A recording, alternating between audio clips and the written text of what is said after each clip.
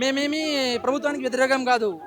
We are not anti government body. We are students. We are making peace protest. We are asking right to employment.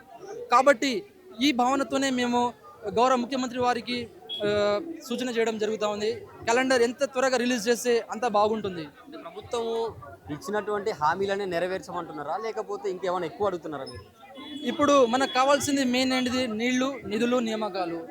ఈ రెండు వదిలేస్తే నియామకాలు ఇక్కడ మన తెలంగాణ రాష్ట్రంలో 30 సంవత్సరాలు పైచిలుకుబడినటువంటి నిరుద్యోగుల యొక్క బాధలు చూస్తూ ఉంటే వాళ్ళ ఆవేదన, ఈరోజు వాళ్ళ కష్టాలు, 5 రూపాయల భోజనం తింటూ ఉన్నారు. వాళ్ళు హాస్టల్లో ఫీజులు కట్టుకోలేక, స్టడీ హాల్ ఫీజులు కట్టుకోలేక, కోచింగ్ తీసుకోలేక వాళ్ళు చాలా కష్టాల పాలవుతున్నారు. కాబట్టి వాళ్ళ ఫైనాన్షియల్ స్టెబిలిటీ లేదు వాళ్ళకి ఈరోజు చాలా కష్టాలు అనుభవిస్తున్నారు. కాబట్టి ఒకసారి ముఖ్యమంత్రి వారికి ఈ సూచన చేయడం జరుగుతుంది. మరి ఈ ప్రోగ్రాంతోనన్నా, ఈ మహాధారణతోనే నిరుద్యోగ కవాతు అని పెట్టారు కదా, మరి దీంతోనన్నా ఖచ్చితంగా మీకు వాటి నుంచే ఏమన్నా ఖచ్చితంగా నోటిఫికేషన్లు వేస్తారు, ఈ ప్రభుత్వం ఆదుకుంటుందన్న భరోసా ఏమన్నా అట్లా అనిపిస్తుందా?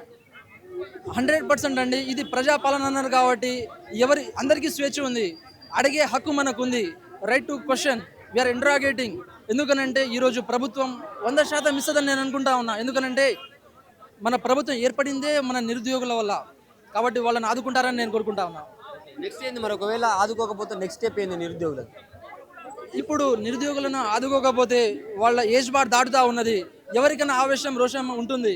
ఇప్పుడు రేవంత్ రెడ్డి గారు కూడా కింద స్థాయి నుంచి పై స్థాయికి వచ్చిన వాళ్ళే. ఇప్పుడు నిరుద్యోగులు కూడా ఆ హక్కు ఉంటుంది. 100% మేము కూడా కింద నుంచి పై స్థాయికి వెళ్ళాలనంటే దేనికైనా తెగించడానికి రెడీగా ఉన్నారు మా నిరుద్యోగులు అని కూడా తెలియజేస్తా ఉన్నారు.